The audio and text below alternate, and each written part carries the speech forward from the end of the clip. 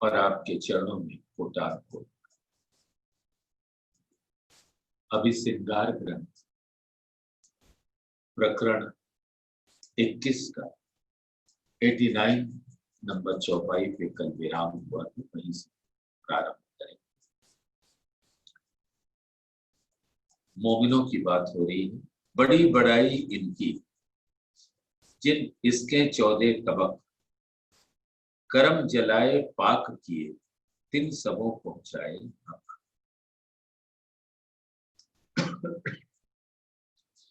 परम धाम की ब्रह्म सृष्टियों की महिमा अनंत है। वो धाम धनी के स्वरूप, धाम धनी की शोभा अनंत है, उनके गुण अनंत है, इसलिए ब्रह्म सृष्टियों की भी शोभा अनंत है और उनके गुण भी अनंत।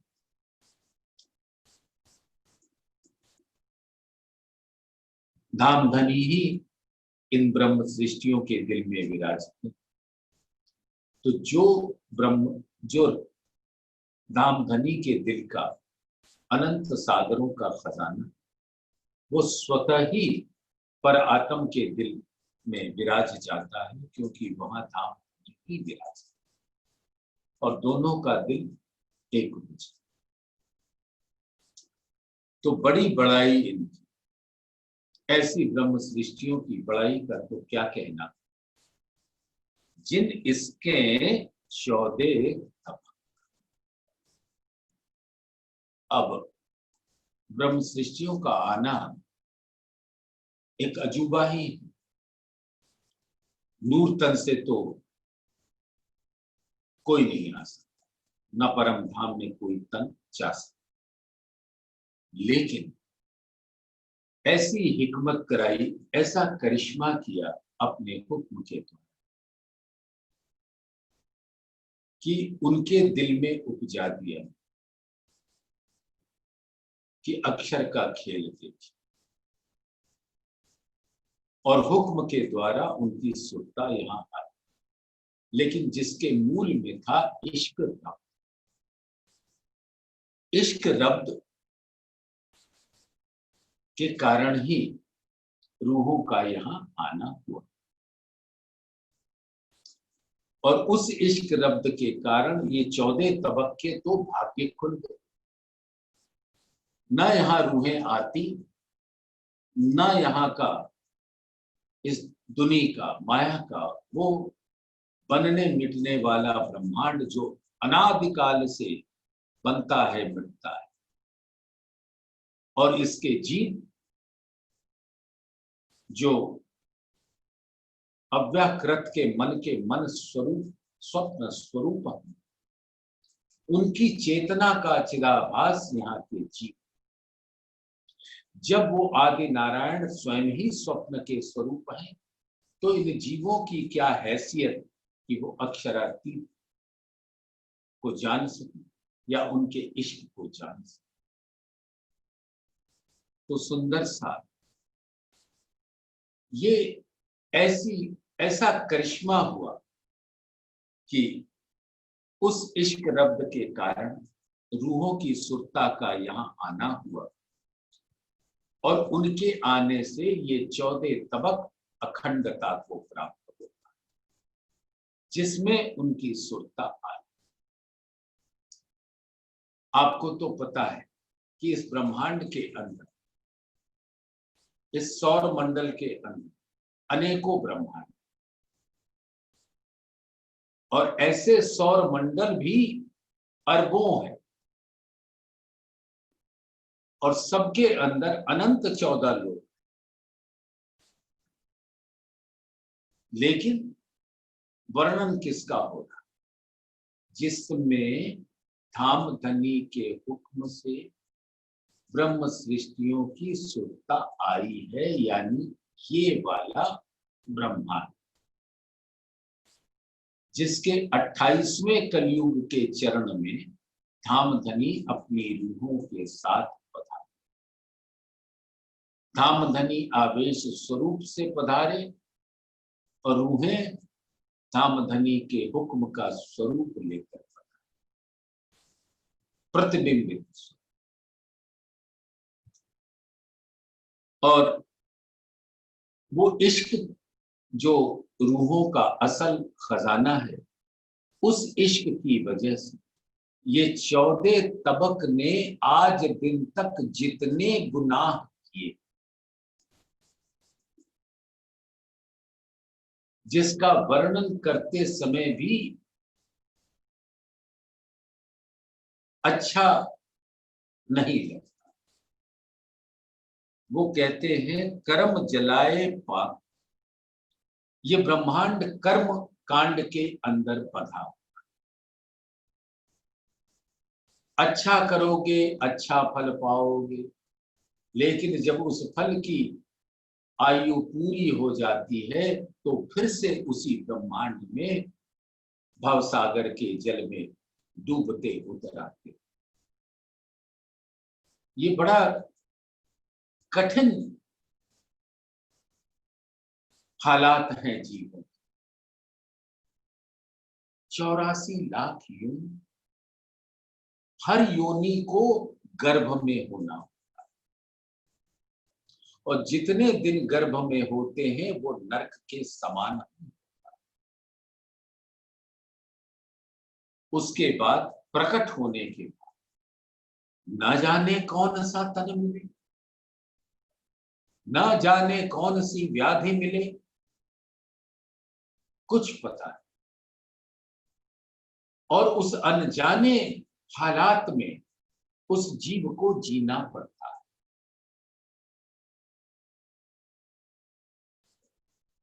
ऐसे जानवर का तन मिला जिसको काट दिया जाए,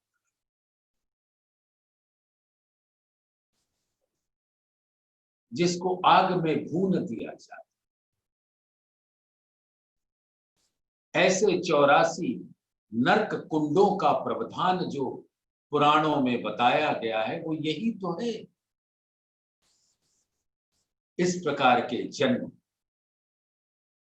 और उससे प्रकट हुए रूप और उससे उसके अंदर आने वाली समस्त व्याधियां,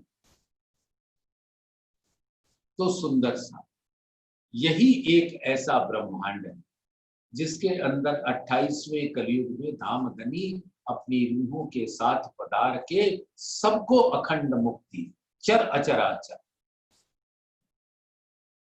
वृक्ष, पौधे,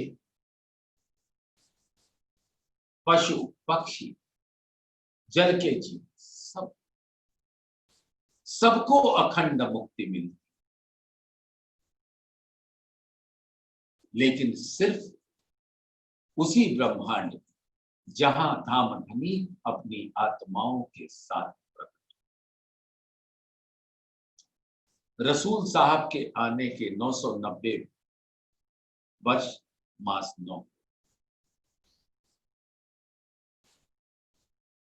साल 990 मास 9 हुए रसूल को जब रूह अल्लाह मिसल गाजियों मोमिन उतरे तब।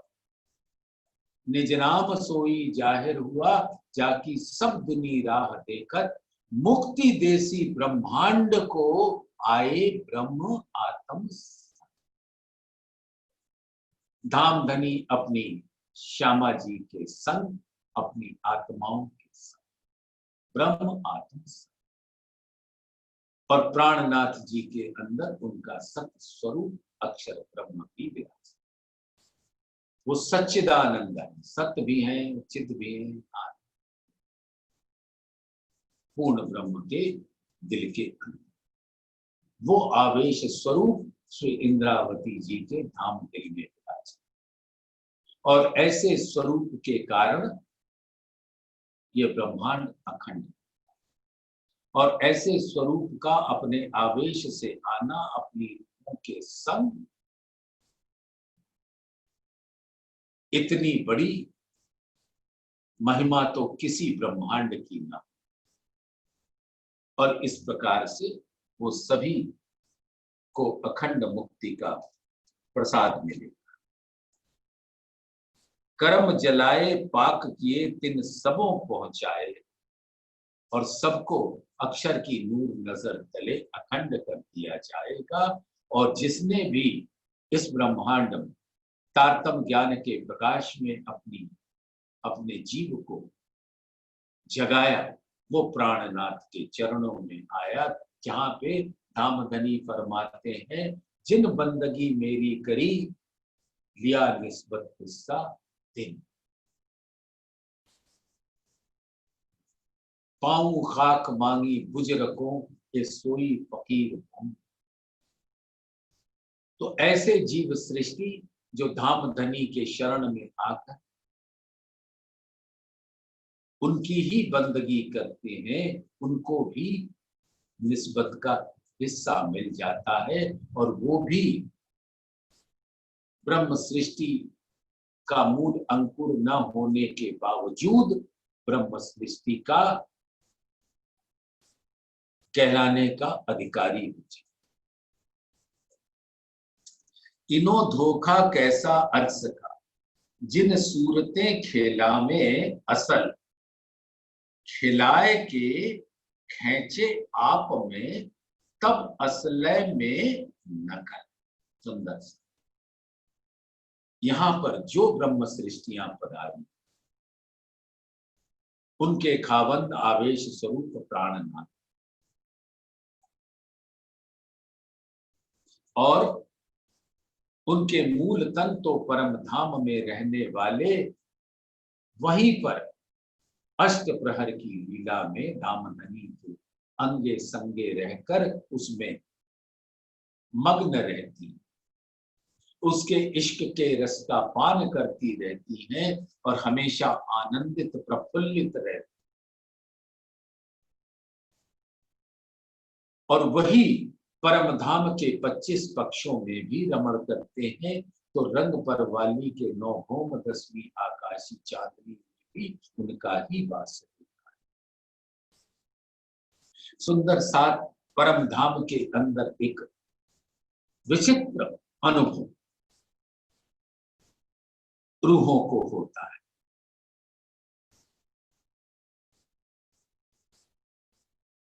जैसे नवे भौम के छज्जे की बैठक, 201 हाथ, तो जो बाहरी मंदिर की हार है वो नहीं, वो दहलान बच्चा छज्जा का स्वरूप धारण कर, और उसके अंदर 6000 कुर्सियां, जिसपे 2-2 सुंदर सात ब्रह्म सृष्टियां पर आत्मा विराज, और जुगल स्वरूप के लिए सुंदर सिंहासन का प्रभाव। और ऐसे ही 12,000 ब्रह्म सृष्टियां हर हाथ, और हर हाथ में बैठकर वो अपने प्रीतम के साथ उसी दिशा का हर रस को प्राप्त कर। जैसे वो हाथ को विचारिए जो जिसका मुख पश्चिम की तरफ, तो सभी सुंदर सात का वेशभूषा 5 रंग का हो जाता है, क्योंकि वहां घृत दधि सागर है, श्रृंगार का सागर, जिसका रंग हरा है। तो वहां से लेकर यहां तक सब हरे रंग में होते हैं, सब सौंदर्य के अद्भुत स्वरूप होते हैं।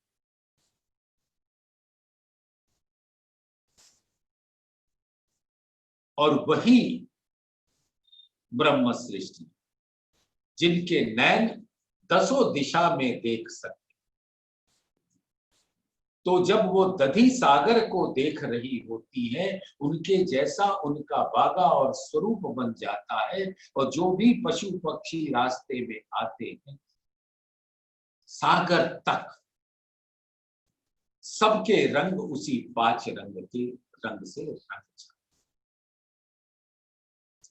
और उनके दिल के अंदर, ब्रह्म सृष्टियों के दिल के अंदर 8 सागरों का रंग वहीं बैठे बैठे आ जाए। तो वो जिधर भी बैठे उधर का रंग तो धारण करते ही करते हैं, दसों दिशाओं का भी रंग उनके दिल के अंदर प्रवेश कर जाता है, जो उनके मुखार बिंद पर अनंत रंग प्रकट होते हैं। जो रूहों का मुखार बिंद की मूल रंग है वो लाल है, नील सा। लेकिन रूहें जहां भी बैठ जाए उस जगह का रंग उनके अंदर प्रकट हो जाता है, उनके मुखार बिंद, और वो नूरी रंग आत्मा को अति सुख पहुंचाते। इनो धोखा कैसा अर्स, और ऐसी ब्रह्म सृष्टियां जिन्होंने दसों दिशाओं की हर चीज देखी, हर रंग में धामधनी के स्वरूप को देखा, उनके इश्क का रसपान किया, रंग भी देखे रस भी देखे, रंग का भी रसपान किया, रस का भी रसपान किया। पश्चिम की तरफ देखा तो दधी सागर का रस का पान अपने नैनों से कर लेते।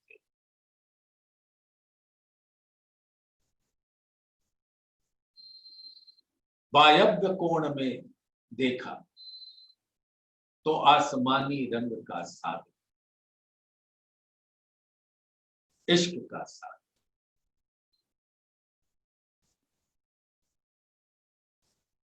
और वही रंग से रूहें सज जाती।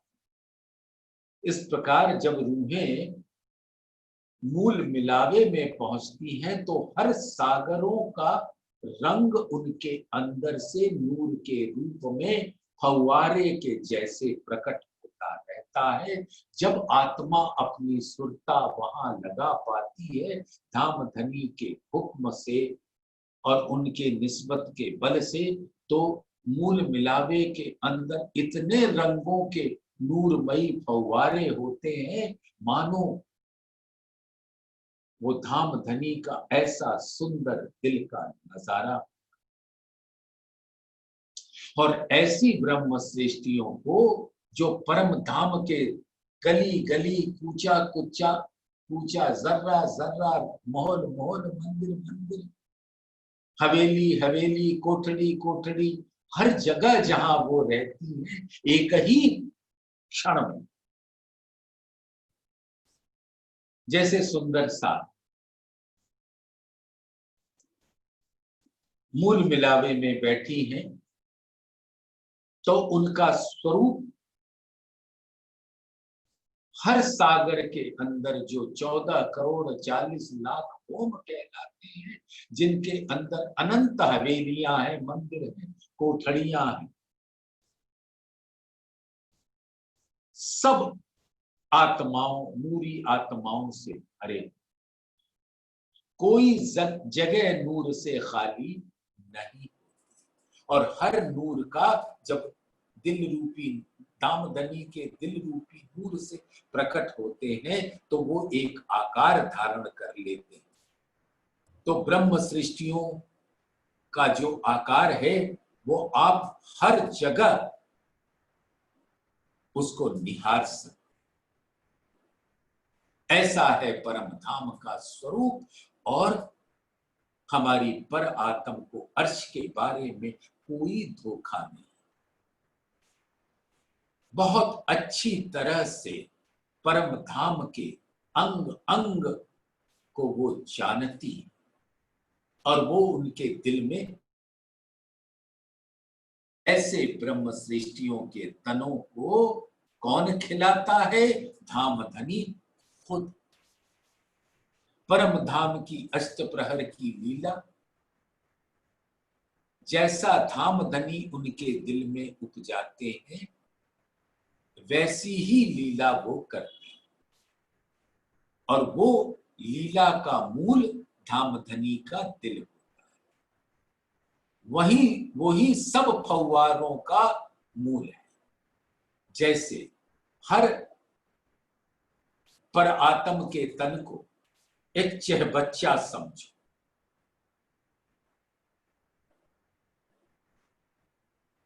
और वो चह बच्चा जहां से बहुत ऊंची ऊंची फव्वारे उठते हैं नूरी रंगों को लिए, उसी प्रकार से हर पर आत्म एक चह बच्चा है जहां से धामधनी के दिल के अंदर विराजमान अनंत सागरों का रस इतने रंगों का रूप धारण करता है और वो प्रकट होता रहता है। और ये बात ब्रह्म सृष्टियां ही जानती, जिन सूरतें खेलावे असल, जिनको धामधनी खुद ऐसा रंगीन बना देते हैं, ऐसा रसमयी बना देते हैं। बनाना तो क्या है, धामधनी उनके दिल में विराज कर अनंत रसों का प्रकटीकरण कर देते हैं और रंगों को आत्माओं के दिल के नैनों के सामने दृष्टिगोचर कर देते। खेलाए के खैचे आप में, और विध विध की लीला, परम धाम के अंदर विध विध की लीलाएं करके धामधनी उनको अपने मूल में अपने दिल में ले लेते हैं और फिर जैसे दिल से प्रकट करके जैसी लीला रूहें चाहती हैं, तो रूहें कुछ नहीं चाहती, सब कुछ धामधनी के दिल में से उपजता है, जो रूहों के दिल में आकर रूहों को ऐसा प्रतीत होता है कि उन्होंने ऐसा लीला चाहिए। खिलाए के खैचे आप, अब ये हुक्म की लीला भी धामधनी के दिल से हो रही है और पर आत्म का दिल के नैन की नजर हुक्म के द्वारा यहाँ पर आवेश स्वरूप के अंदर विराज कर लीला खिलवा रहे हैं और पर आत्म के प्रतिबिंबित स्वरूप आत्मा जिनको हुक्म ने धारण किया है, वो यहाँ के होने वाली लीलाओं को जो जीव के मन के द्वारा संचालित होती है उसको दृष्टा होकर निहारती, जीव भी उसको दृष्टा ही होकर निहारता है, आत्मा भी दृष्टा होकर निहारती है, लेकिन इस तन का इस्तेमाल जीव किस प्रकार से करता है आप सब सुंदर साथ पता है।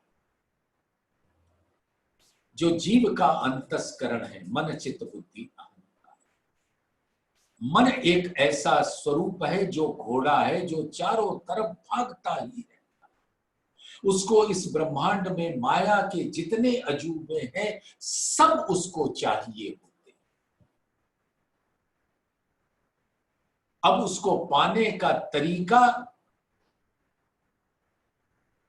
संगत में है या नहीं उससे मन को कुछ फर्क नहीं पड़ता, बस उसको चाहिए। जैसे मन को तो ये भी चाहिए कि सूरज को उठा लाएं और यहां ले आए, जैसे हनुमान जी के मन में आया कि वो कोई मधुर फल है तो वो सूरज को खावे। वो इच्छा कुछ भी हो सकती है, वो मन के अंदर प्रकट हो और जीव के दिल में पहुंचकर जीव को प्रेरित करती है कि इस तन को हुक्म दो कि वो चीज लाकर हमें दे, और ये तन इस प्रक्रिया में गलता जाता है, जिसको आजूज माजूज कहते हैं। ये ऐसी फौज है शैतान की जो इस अष्ट धातु के तन को गलाती रहती है और अंततः मृत्यु को प्राप्त होती है। और ये मन दौड़ाता है, मन को कोई फर्क नहीं पड़ता, मन की कोई हानि नहीं होती, हानि इस तन की होती है।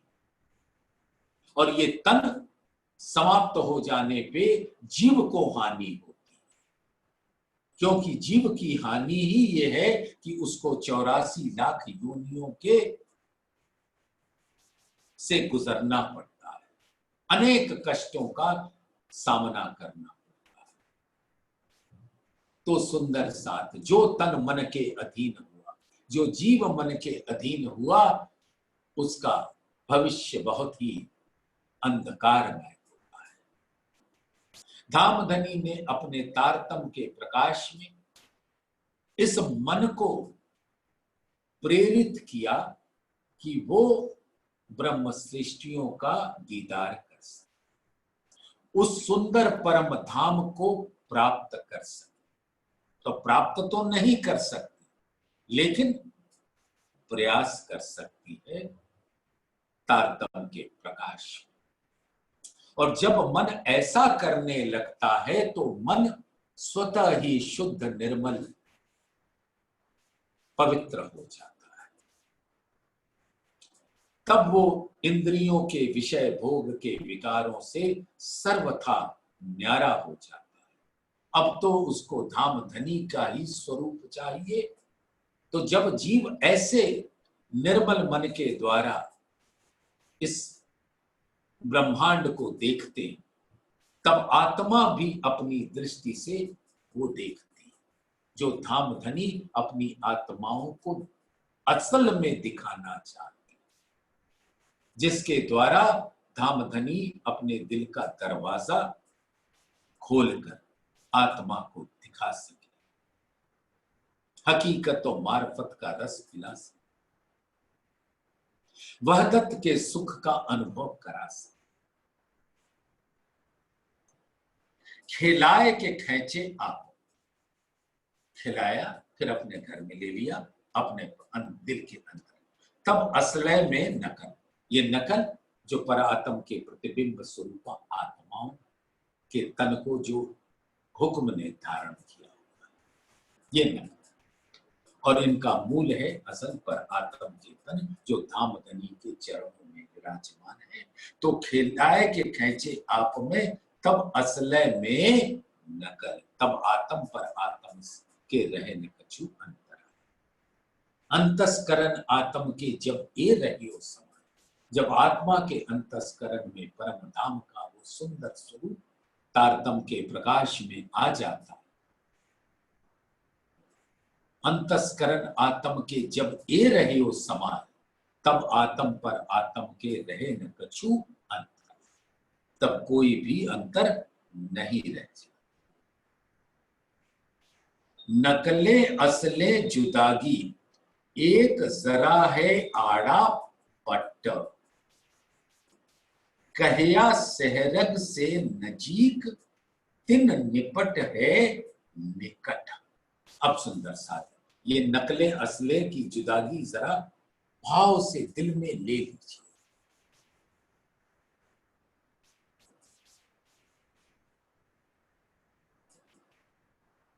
एक तन स्वप्न में अपने स्वप्न स्वरूप प्रतिबिंबित स्वरूप को देखता है, और जैसा इस तन के दिल में होता है वैसी ही लीला उसके स्वप्न के स्वरूप को देखने को मिलती है उस स्वप्न के मंडल में।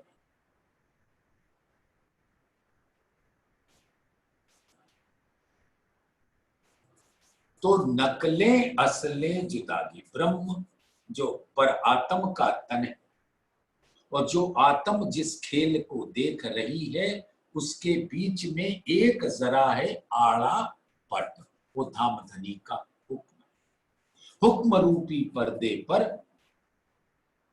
जो उनके दिल का ही स्वरूप है। हुक्म का मूल राज्य का दिल होता है। सुपन होत दिल भीतर, धामधनी के दिल में ही ये स्वप्नमयी लीला चल।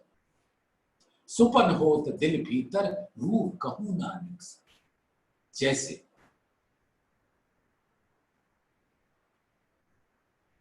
मेरा तन निद्रा की आगोश में शैया पर विराजमान और नींद में घिरा, अब उसका हूबहू उसके जैसा एक प्रतिबिंबित स्वरूप उस तन के दिल के नैन की नजर के सामने खड़ा होगा, और जैसा जागते में ये तन देखा करता है, वही भाव उस स्वप्न मंडल में आएंगे, क्योंकि उसका दिल वही देखना चाहता है। तो वो स्वप्न मंडल रूपी पर्दा पर उसको देखती है, अपने स्वप्न स्वरूप के यानी आत्म के दिल के नैन की नजर से। तो नकले असले जुदागी एक जरा है आड़ा पटवो, जो हुक्म का पर्दा है। कहया सहरग से नजीक तिन निपट है निकट। अपरात्म के दिल में तो धामधनी साक्षात विराजते, तो उनके प्रतिबिंबित स्वरूप आत्माओं के दिल में भी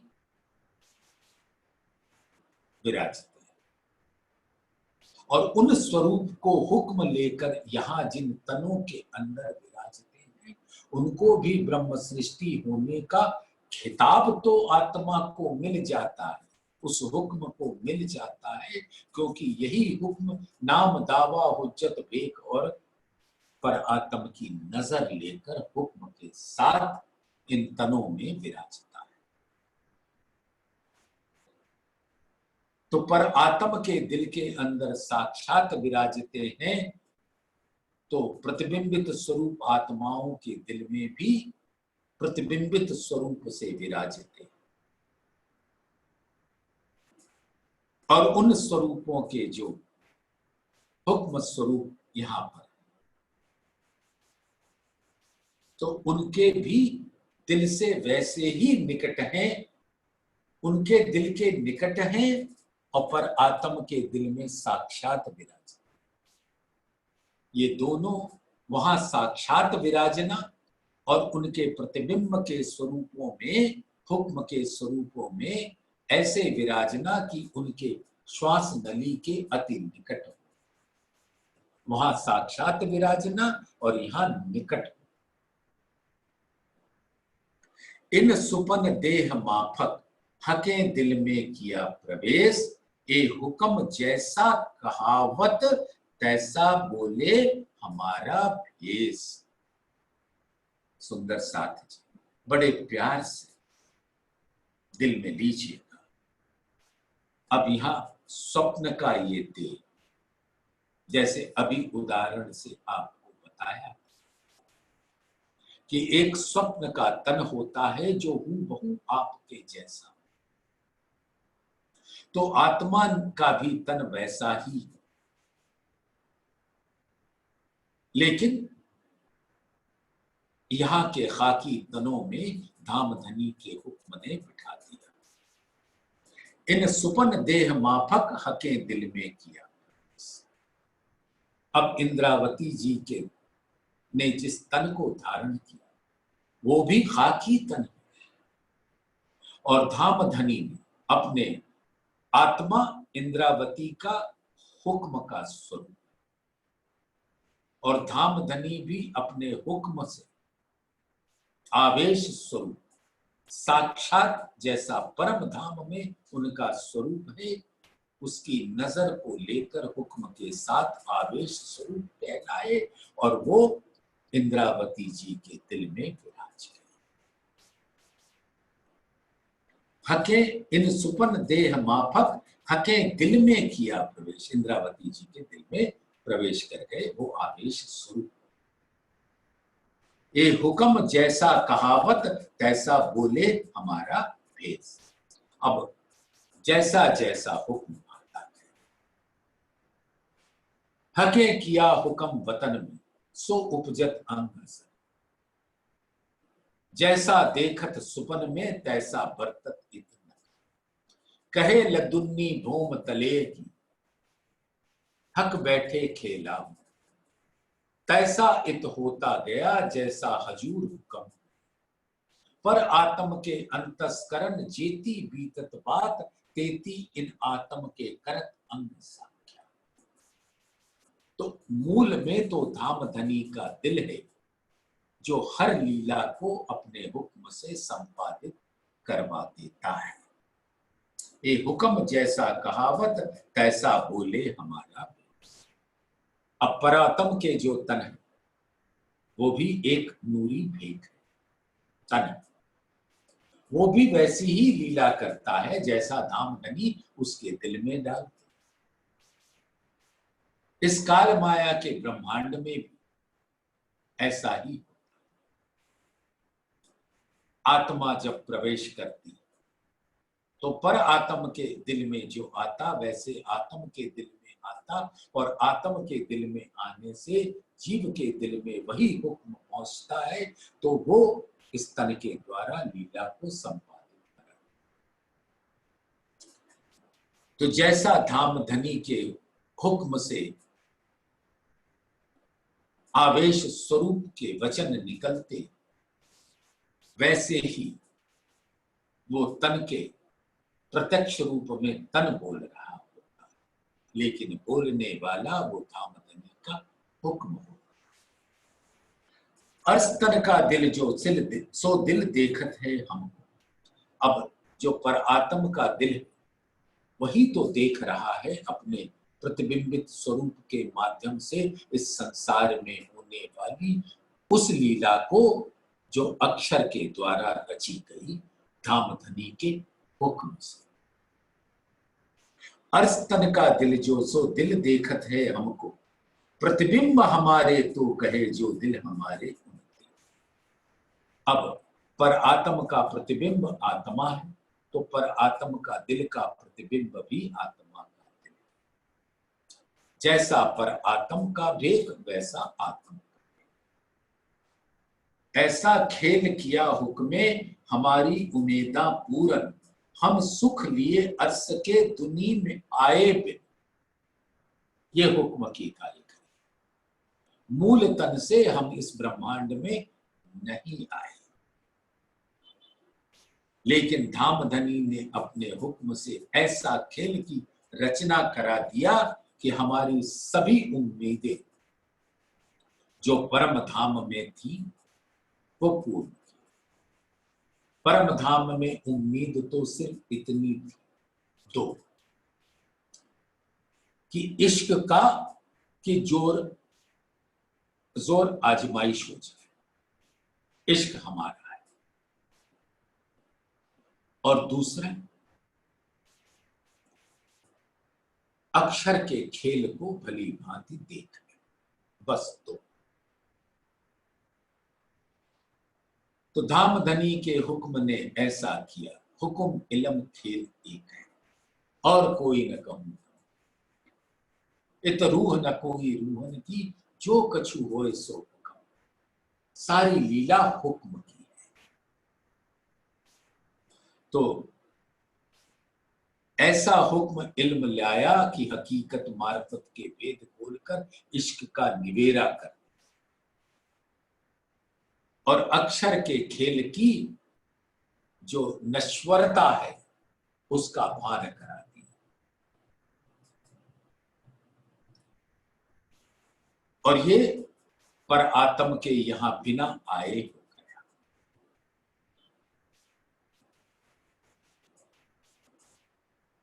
ये सुरता भी तो हुक्म की ही, धामधनी का हुक्म ही इस नजर को लेकर आता है। सुरता पर आत्म का दिल और पर आत्म का प्रतिबिंबित स्वरूप धामधनी का हुक्म लेकर इन तनों पर विराज जाता है।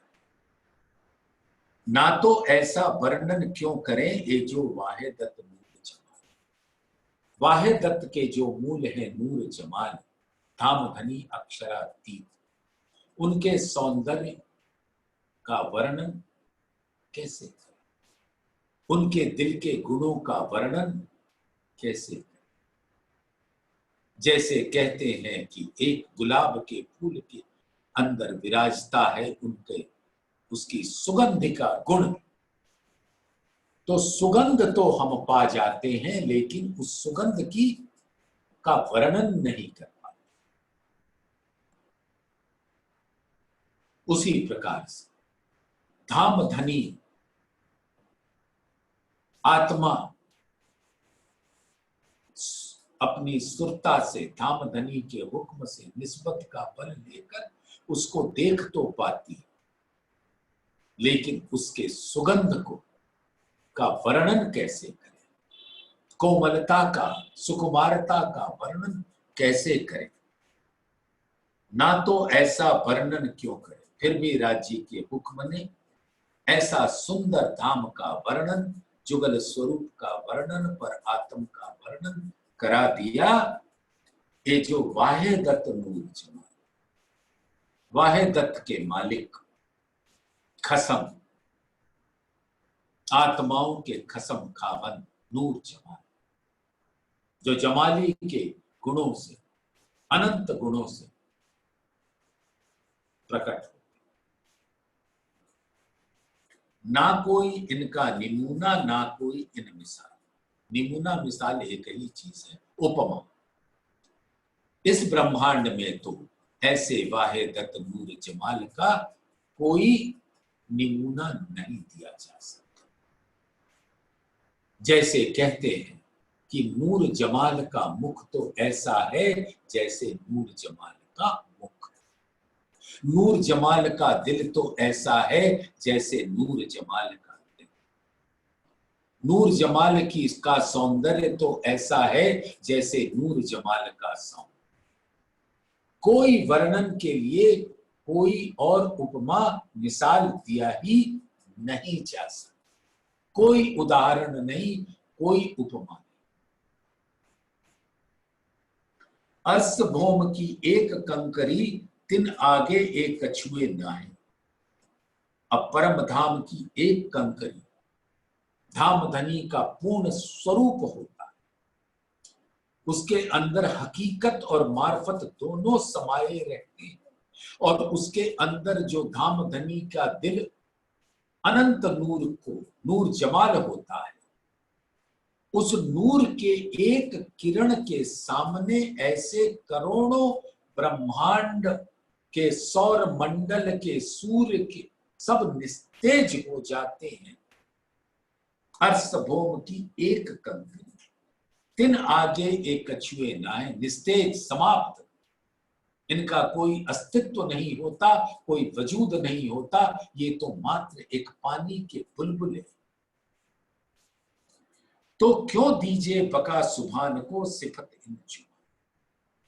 तो यहां की ये नश्वर जुबान से धाम धनी का वर्णन कैसे, लेकिन ये तो धाम धनी का करिश्मा है कि वो अपने हुक्म से कहते गए और वो इस जुबान से उतरता गया और सुंदर साथ उस नाजिल होते हुए वचनों को ग्रहण करता गया। अर्स जिमी सब वाहिद, परम धाम का जो स्वरूप है, जिमी से अंबर तक सभी स्वरूपों में वहदत, वहदत यानी एकत्व का स्वरूप। धाम धनी का दिल ही अपने नूर से आकार ग्रहण करता है और अपना दिल भी उस आकार के अंदर विराजते, वो अपने दिल से उसके अंदर विराजते, अपने नूर से उसके अंदर विराजते, और हर स्वरूप ही नूर जमाल का वाहिदत होता है। अर्स जिमी सब वाहिदत, जो कछु चीज अर्स में सो सब वाहिदत माहे, जरा एक वाहिदत बिना सो तो कछुए नाहे। अर्स जिमी सब वाहिदत, दूजा रहे ना इनो नसर। दूजा एक तो कोई है नहीं, और कोई कल्पना भी कर ले तो उसके, वो इनके सामने टिक नहीं सकता। अंधेर निमूना ना लगत, अंधेर राखत है। और ये अज्ञानमयी, अंधकारमयी नश्वर ब्रह्मांड का कोई निमूना उस नूरी प्रकाशमय प्रेममयी परम धाम को निमूना लगता ही। ये 14 तबक कछुए नहीं, वेदों कहिया आकाश फूल, झूठा देखाई देत है या को अंकुर ना मूल। अब ये 14 तबक तो कुछ भी, ये 14 तबक जरा नहीं, ये तो दिल में बड़ा देखा। ये 14 तबक कछुए नहीं, वेदों कहिया आकाश। जैसे वेद ग्रंथों में आकाश का फूल कहा, जैसे आकाश में कोई फूल नहीं होता, वैसे ही इसका अस्तित्व नहीं होता। झूठा दिखाई देत है, या को अंकुर ना मूल। इसका ना कोई बीज है, ना तना है, ना डाली है, ना फूल है, न पत्ती, न फल। इत वाहे दत्त कबू न जाहे, झूठे हक को जाने क्यों कर। और ये वाहिदत कभी प्रकट नहीं होता, और ये झूठ का ब्रह्मांड उस वाहिदत स्वरूप को, नूर जमाल के स्वरूप को कभी जान नहीं पाता। सुध वाहिदत क्यों ले सके, जो उड़े देखे नजर। जो धामधनी की एक नजर की एक किरण के सामने अस्तित्व विहीन हो जाएगा। लेकिन ये तो बात है वाहिदत के स्वरूपों को वो रस पिलाने के वास्ते। असल बात वाहिदत की अर्श अरवाहें जाने मोमिन। और वाहिदत की असल बात यानी धामधनी के दिल की असल बात वाहिदत की अर्श अरवाहें जाने मोमिन। ये सिर्फ परम धाम की ब्रह्म सृष्टियां ही जानती है, उनको अर्श का कोई धोखा नहीं। इत हक सुध मोमिनो, जाके असल अर्श में। यहां पर वही आत्माएं जान सकती हैं उस बात को धामधनी के प्रदत्त तारतम के प्रकाश में, जिनके मूल तन परम धाम में धामधनी के चरणों में विराजित। अब तुम सुनियो मोमिनो, अर्श बिने तुम्हारी बात। वाहे दत्त तो कहे मोमिन, जो रूहे असल हक जान। विनय के मतलब होता है ये रूहों के गुण, नियम कहते हैं। तो रूहें कैसी हैं, वो वाहिदत स्वरूपा। अब तुम सुनियो मोमिन, अब परम धाम की आत्माओं दामदनी के हुक्म से इस बात को सुन लो, समझ लो, दिल में धारण कर लो। अर्श बिने तुम्हारी बात, परम धाम में तुम्हारा स्वरूप कैसा है, तुम्हारे स्वरूप के द्वारा होने वाली लीलाएं कैसी। वाहे दत्त तो कहे मोमिन, जो रूहें असल हक जान। उनको वाहदत इसलिए कहा जाता है कि धामधनी का दिल उन स्वरूपों में विराजता है। और एक मता रूहन का देखो अर्श वाहिदत, लीजो मोमिन दिल में ए हक अर्श नियामत। और रूहों के दिल में वाहिदत का खजाना होता है, क्योंकि सबके दिल में वही धामधनी का दिल अपने अनंत खजाने के साथ विराजते हैं। लीजो मोमिन दिल में ए हक अर्श नियामत। अब आप अपनी सुरता के द्वारा उस स्वरूप को ग्रहण करें और उसके दिल के को अपने दिल के अंदर पाएं। दिल मोमिन अरस्तन बीच में, उन दिल बीच ए दिल कहने को ए दिल है अरसे दिल असल। अरस्तन का दिल जो सो दिल देखत है हमको, प्रतिबिंब हमारे तो कहे जो दिल हमारे उन दिल। नैन एक रूह की, जो सुख लेवे परवर दिगार। तिन सुख से सुख पहुंच ही, दिल रूहों बारे हजार। अब पर आत्म के नैन जो धामधनी के उस सुंदर श्रृंगार के साथ स्वरूप को निहारती हैं, तो जो उनके नैनों के द्वारा उनके दिल में सुख पहुंचता है, वो सुख धामधनी का 12,000 रूहों के दिल के अंदर उसी घड़ी उसी क्षण पहुंच जाता। ऐसा सुंदर वहदत का विनय होता है। यही वहदत का नियम है कि जो एक सुख एक सखी ने वो सुख उसी घड़ी सबके अंदर पहुंच जाता है। एक रूह बात करे हक्सों, सुख लेवे रस रस नाए, सो सुख रूहों आवत, दिल बारे हजार के माए।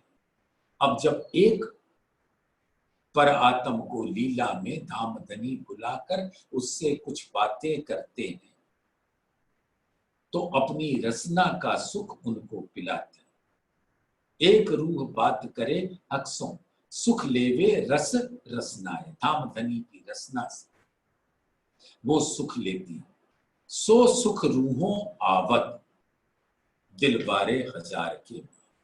उसी क्षण उसी घड़ी 12,000 यानी सभी ब्रह्म सृष्टियों के दिल में वो सुख पहुंच जाता है। ये वाहेदत्त की विनय है, ये वाहेदत्त का गुण है, ये वाहेदत्त का नियम है। हक बुलावे रूह एक को, सो सुख पावे अनंत, सो बात सुन रूह हक की, सब रूहें सुख। एक को बुलाते हैं, उससे कुछ मीठी बात करते हैं, जो सुख उस रूह को मिलता है वही सुख सभी रूहों को उसी घड़ी मिल जाता है। रूह सुख हर एक बात का हक्सों अर्थ में ले।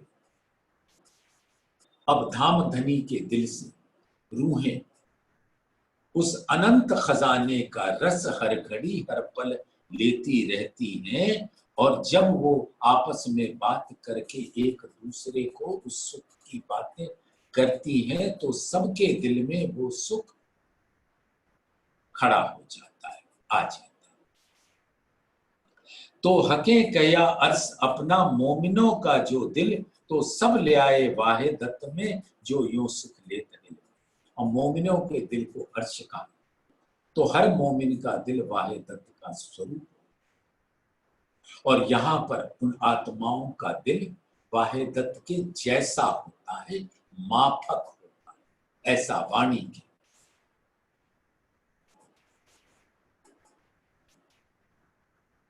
और इस प्रकार से आत्माएं उसका हिल मिलकर सुख लेती हैं परम धाम का। इनविद सुख केते कहूं अर्स अरवा मोमिन, तो आए वाहेदत्त में जो हक कदम तले इनो। और इस सुख का अनंत वर्णन कैसे करूं, जो परम धाम के मूल तन है वो वाहेदत्त के अंदर विराजते हैं, और वाहेदत्त मूल में नूर जमाल का ही स्वरूप है, जो हक कदम तले इन, और जिनके मूल तन धामधनी के चरणों में विराजते। सुंदर साथ ऐसी वाहेदत्त के विनय, वाहेदत्त के गुण अपने दिल में धारण करके परम धाम के अनंत सुखों को अपनी आत्मा के अंदर चितवन के द्वारा और इल्म के द्वारा धारण करने का हम सब सुंदर साथ प्रयास करें। बोलिए श्री प्राणनाथ प्यारे की जय, बोलिए श्री सतगुरु महाराज की जय, बोलिए श्री धामधनी की जय।